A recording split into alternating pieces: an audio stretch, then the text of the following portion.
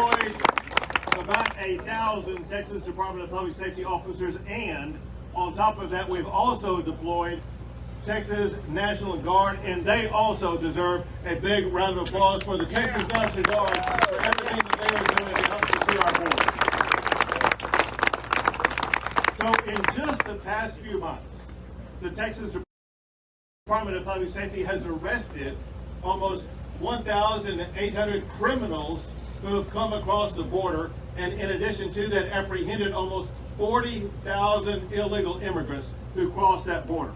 Also, the Texas Department of Public Safety has raided 41 stash houses. And get this, they've apprehended such a dramatic increase in fentanyl. It is a 2,000% increase in fentanyl they've apprehended for the first 6 months of this year compared to the first 6 months of last year. This fentanyl is deadly and it's dangerous, and it's going throughout communities across the entire state of Texas, as well as communities in other states of the United States. And the Biden administration is doing nothing to slow the spread of deadly fentanyl across our country, and that is exactly why we need the Texas Department of Public Safety and the Texas National Guard on our border. But get this. This is a story I'm going to tell you that was tweeted yesterday by a Border Patrol officer about an arrest they made yesterday. This happened yesterday. Rio Grande Valley Border Patrol agents arrested 7 criminal immigrants. 4 were gang members. 2 have been convicted of sex crimes. 1 had been convicted of negligent homicide. There is a 500% increase in criminal migrants apprehended coming across the border. That must be stopped. Yes. Amen. And let me tell you who's trying to help stop it. And he is, however, we need to recognize somebody else who's trying to stop it. And that is the men and women who serve in the Texas legislature. Thank you all for what you do, because here's what they approved more than $1 billion for Texas to step up and do the federal government's job and to secure the border. And then on top of that, there was an additional appropriation of almost $250 million for Texas to begin building the Texas border wall. And that process has already begun. We've already begun clearing out land, acquiring land, and we're going to begin the process of putting the border wall up, just like President Trump did, just like what President Biden should be doing. But let me go back to one final point. We need to emphasize exactly why we're doing this. We're doing this because our fellow Texans and our fellow Americans, they're being threatened every single day.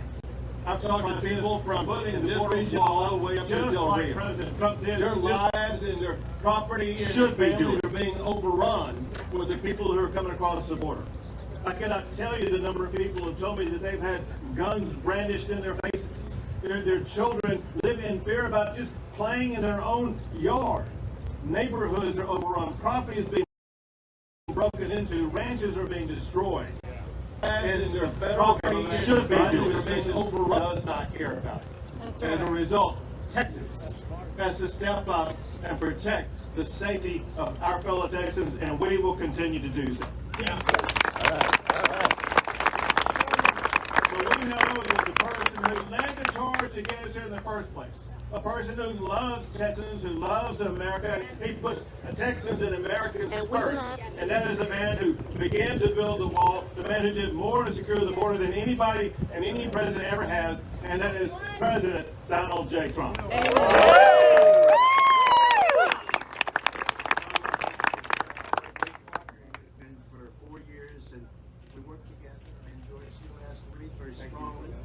I say complete and total. We gave him a complete and total endorsement, and I'm glad to see that you went up like a rocket ship. We're up high anyway, but now you're really high. And I guess a lot of people that were thinking about running, they say, we're never going to beat this guy. And they shouldn't be able to beat you. You've done a great job, and it's an honor to be with you. Thank you very much. Well, we have the largest contingent of Congress ever at one point. I wasn't going to read your names because there's too many of you. Unless you want me to. Should I read them? Yeah, your name's not even on here, but I want to just thank everybody. I think I should really. First, I have to start. Unrelated. A friend of mine, the head of my campaign in Texas, remember they said, oh, Texas will be a very close. Well, it wasn't close. We won in a landslide. And you have a lieutenant governor who's been a friend of mine from day one, from the day we met him. And he's gotten more gray over the years. In fact, over 4 years, you've gotten a lot grayer, right? And you look fantastic, and you did a fantastic job for me. And Dan Patrick, I want to thank you very much. What a job you did. And Ken Cox, I call you an activist.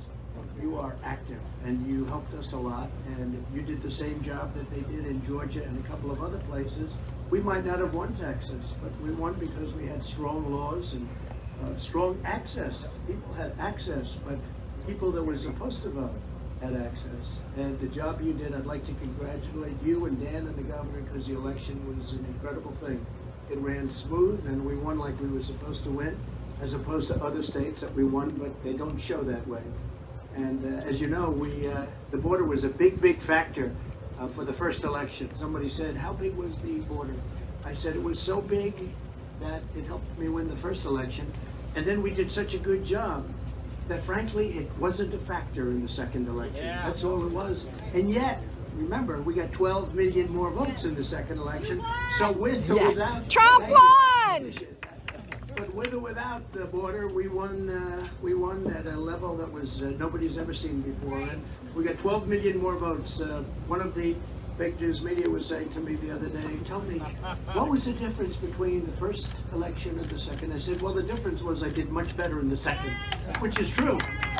And those rallies, we had 58 rallies, average crowd, 25,000 people, and we'd do some of them on one day's notice, and you get there, you'd have 40, 50,000 people. Butler, Pennsylvania, 58,000. Florida, 71,000 people on 2 days' notice. And by the way, we were great in Florida. We were great all over. And I just want to thank everybody. The election was incredible. What we did in this election was incredible. And it's a shame what happened, because, you know, we're talking about something that we shouldn't even be talking about right now. We shouldn't even be talking. But when you think about it, we did so well that it wasn't an issue. We did well in the election for other reasons, because we rebuilt our military and we came up with a vaccine in 9 months that everybody said couldn't be done in 3 or 4 or 5 years. Yeah. There's so many other things. And I also want to thank, because I see him, Jim Banks is here, the study group. Where's Jim? Jim, where are you, Jim? You know, and he's another guy that, I'll tell you, he's called Strong Silent. Not all of our congressmen are strong and silent, and certainly our congresswomen aren't strong and silent. That we know for sure, right, Lauren? So, Jim, thank you very much. Appreciate it. Great job you're doing, too. I want to thank you. And Jim Jordan, what a great job Jim Jordan has been doing, too. He's an activist, but he's an activist for good. So some of the names, we have Jody Arrington, thank you. Good, thank you, Jody. Doing great. Brian Babin, I loved watching you on television yesterday, Brian, wherever you may be. You did a great job yesterday on television. I watched that. August Pfluger, where's August? August, great job. Fantastic. And my doctor, Ronnie Jackson. He said, you know, so I'm thinking about running for Congress. Where? Texas. Well, Texas, you got a shot up there.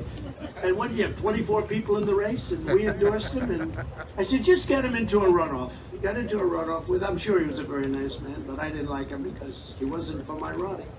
And I don't know if he's a better doctor or a congressman. He actually said I was the healthiest president in history by far. And he said, jokingly, of course, you know they did. He said if he would stop eating fast food, he'd live for 200 years. And they really went after him on that one, didn't they? But Ronnie is great, and he's doing an incredible job already in Congress, and it's great to see you out here. And I'm proud of you, really. I mean, you know, you had like 22 people. I think it's the most Trump district in the United States, somebody said. Amen. So Ronnie, hopefully you're not going to be running for anything else for a while, because you're going to be there for a long time. You're going to be there for a long time, and I know how good you're doing. So people are so happy. Andy Barr, where's Andy? Andy Barr. What a great guy. Hi, Andy. Lauren Boebert.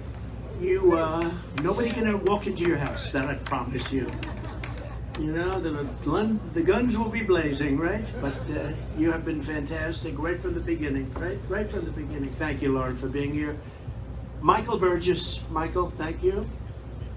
Buddy Carter. Buddy, thank you, buddy. Great job you're doing, buddy. Really good.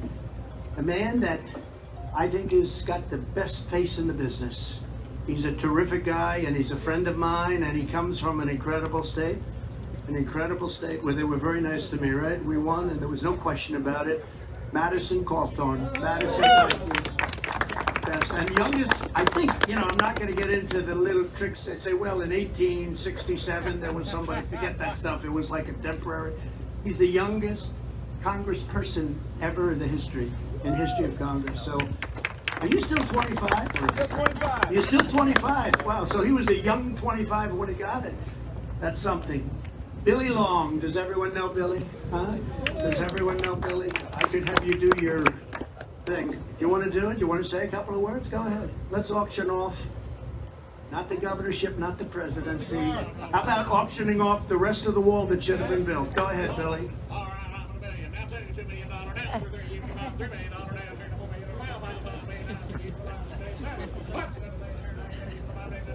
Build the wall. Great job, Billy. Great job. We appreciate you being here. Michael Cloud. Michael. Yeah. Great job this morning. Yay, Michael. Great job. Thank you, Michael. Pat Fallon. Pat. Way to go, Pat. You've been right there from the beginning. A man who's quiet, but very special to me. And he's tough as hell. He'll come, sir, I don't like the way they're treating you here or there. And you got the wrong guy in this job. And he's usually right about that. Louis Gomer, thank you, Louis. You've been a real friend of mine. You're a great friend to Texas. You love this place, huh? You love it. They love you too. Bob Good. Bob. Thank you, Bob. Fantastic, Bob.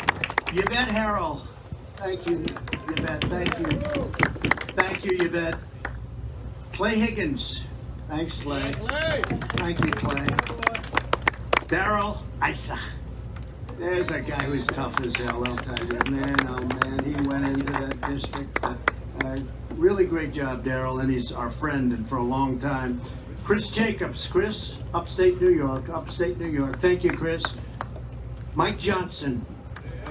What a job. They don't even mind having you in Texas, Mike. What a great guy. What a good politician, because you love it and you love the people. And you really are. You're a natural. Thank you very much. I appreciate you being here, Mike. Michael Martin. Michael, thank you. Thank you, Michael. Lisa McLean. Yeah, Lisa. Good. Thank you, Lisa. Thank you. Mary Miller. That was a great job you did, huh? That worked out pretty well, didn't it, huh? Great, Mary. A man that was winning by so much, and he had an election, and everybody thought he'd win by like 30, 40 points. And it was nip and tuck at the end, because everybody thought he was going to win, right, Ralph? Ralph Norman. Everybody thought he was going to win by so much, and boy, that was a scary deal. So it tells you, don't be so popular, Ralph, okay? You got to always, we'll never forget that evening. He said, what the hell happened? But he's been, and since then, it's just blowouts, all the time blowouts, and they love you. They love you in your state. Thank you very much, Ralph. Lisa Reynolds. Lisa, thank you very much. She's done an incredible job with the staff. John Rose. John, congratulations, by the way. Great job. Chip Roy. Where's Chip? Yeah. Hi, Chip. How are you, Chip? Talk to you later, Chip. Pete Sessions. Pete, thank you, Pete. Thanks, Pete. Greg Stubbe, another one who's been a tremendous guy. Where's Greg? He has been fantastic. Tom Tiffany, we had our special election. Remember that, Tom? I went on and did one of those calls where we had like 25,000 people at the call. Where is Tom? Hey, Tom. We did pretty well with that call that night, right? We did well. We had 25,000 people on the call. They call it a teleconference telecall. Okay, strange name, but very effective. And he won that morning. He woke up. He said, guess what? We're winning this thing, and you won it big, and now they love you. They really love you. Thank you, Tom. That was a lot of fun.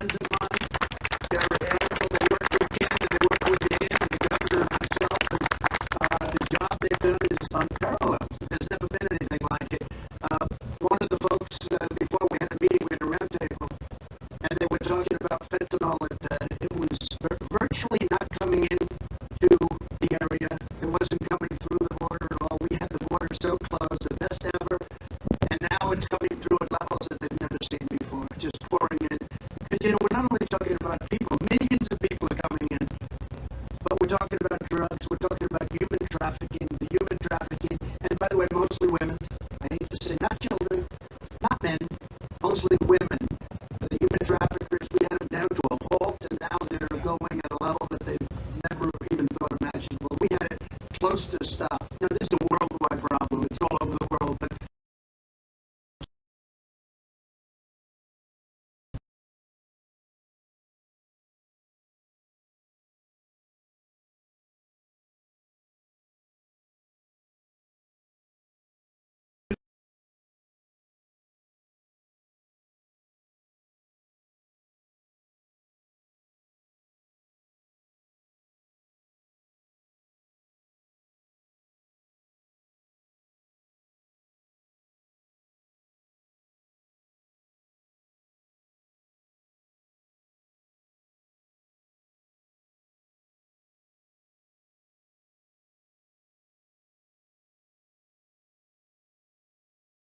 to get a tough guy to play something, I'm going to pick Tom Holman. I said, you guys better be there, and your whole group. Thank you all for being here. We appreciate it. Really fantastic. I mean, just a fantastic job. You know, I say, all Biden had to do is go to the beach. If he would have just done nothing, we would have now the strongest border we've ever had. It was even getting better and better and better because it was all kicking in. But I tell the story about, you know, they couldn't bring MS-13 back into the various countries from which they came. And I said, why is that? Well, sir, they don't take them. They didn't take them under the Obama administration. Sir, they just don't take them. I'm sorry. I said, do we pay them money? Because we're a sucker. We pay everybody all this money, like every nation. We pay money to China. You saw that with the Wuhan lab. We give money to the Wuhan lab. By the way, did you notice who stopped it? They don't like to say, I stopped it.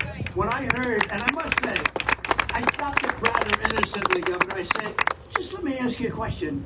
We're giving money to China. It wasn't about virus at that time. I stopped it because I say, why the hell are we giving money to China? It was a very simple, but they started it. I heard we were giving money to China, and I stopped it. I said, they don't need our money. They're doing just fine. What I did give them is massive tariffs. That's what I did. They were paying us billions and billions of dollars.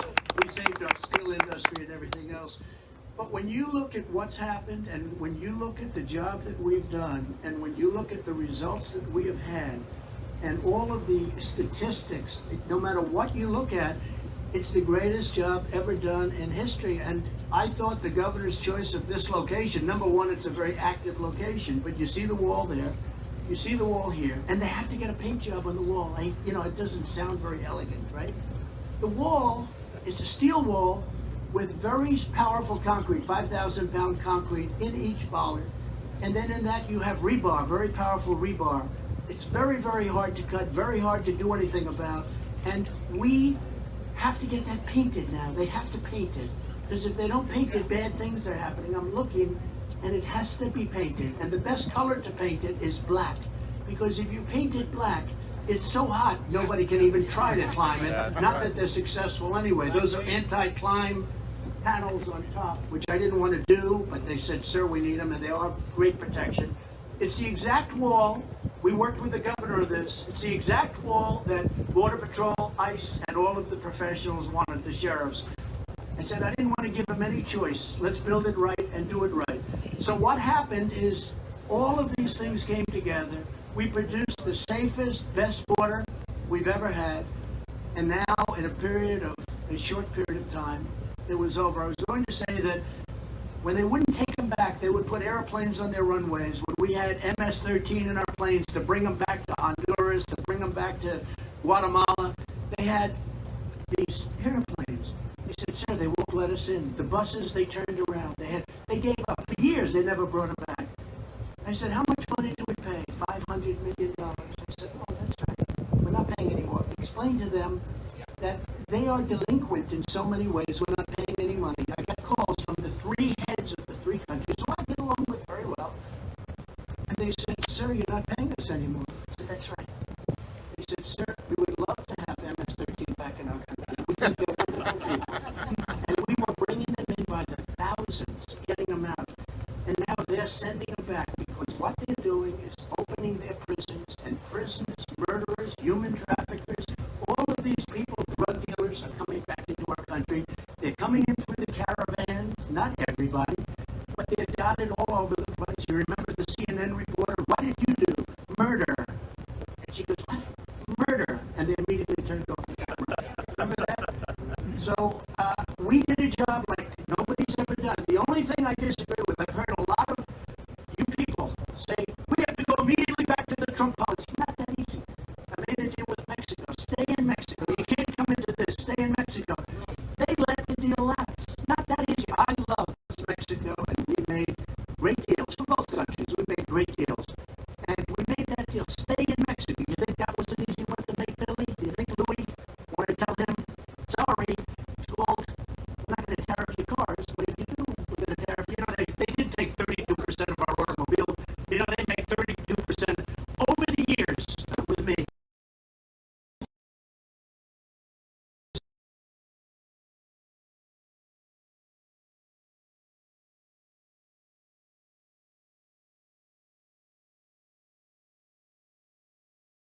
They agreed immediately to do it.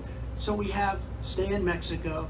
We ended catch and release. Catch and release. You catch a murderer, you take his name. They don't have phone numbers or addresses, by the way. Take his name and you release him into our country. And you tell him, come back in 3 years for a trial. Nobody comes back. Only the really stupid ones comes back. It's like 2%. They don't come back. So we did that. So many other things we did. It doesn't go that fast. You got to work on it because they are destroying our country. Biden is destroying our country. And it all started with a fake election. And you take a look at New York right now. New York went through an election for the mayor of New York, and it is so mixed up and messed up. Nobody's ever seen anything like it, but I did, because if you look at the congressional election in New York, or go to Bethlehem, Pennsylvania, or go to many other places, the same thing. And now we talk about the big one, because the big one was won by a very different person. And you wouldn't have these problems. This wall would have been completed. Within 2 months, everything could have been completed. It would have been painted, not sitting there rotting and rusting. It would have been perfecto. It was all set. The contractors were great. Now they're contacting contractors and saying, would you go back? You have to understand contractors. Nobody's smarter. They don't have the best education, but they're smarter than the Wharton School of Business guys. They're smarter than the Harvard School of Business guys. So they're saying, well, we can't go back. It's going to cost us a fortune. How much do you want? Quadruple. Oh, okay, here it is. They're going to make a fortune. All they had to do is leave it alone. The wall was being sealed up. These were the final areas. We were bringing all the equipment back because we didn't want to leave it in Mexico. We didn't want to leave the trucks, cranes, tractors in Mexico. We were bringing it all back. 2 months we would have had it finished, and they wanted to stop it. They stopped the first day, a thing called the Keystone Pipeline. Think of it, the Keystone Pipeline. 48, not 8,000 jobs, 48,000 jobs. And those people are devastated.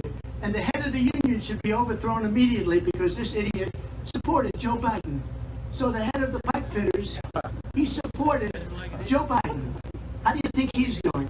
So I just say that working with the governor, working with Dan and Ken and with all of the Republican Congress, because we didn't have any support from the Democrats.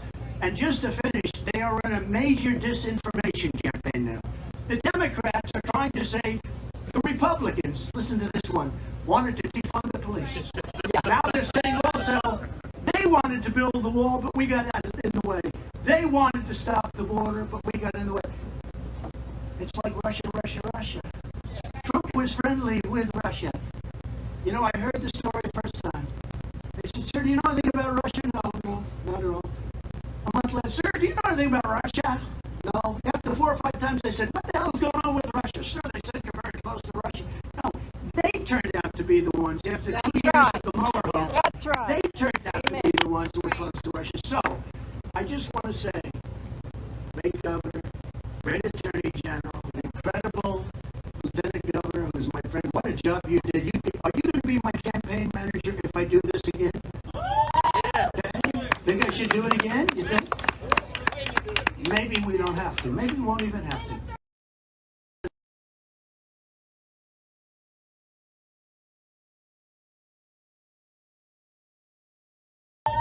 Okay. Think I should do it again? You think?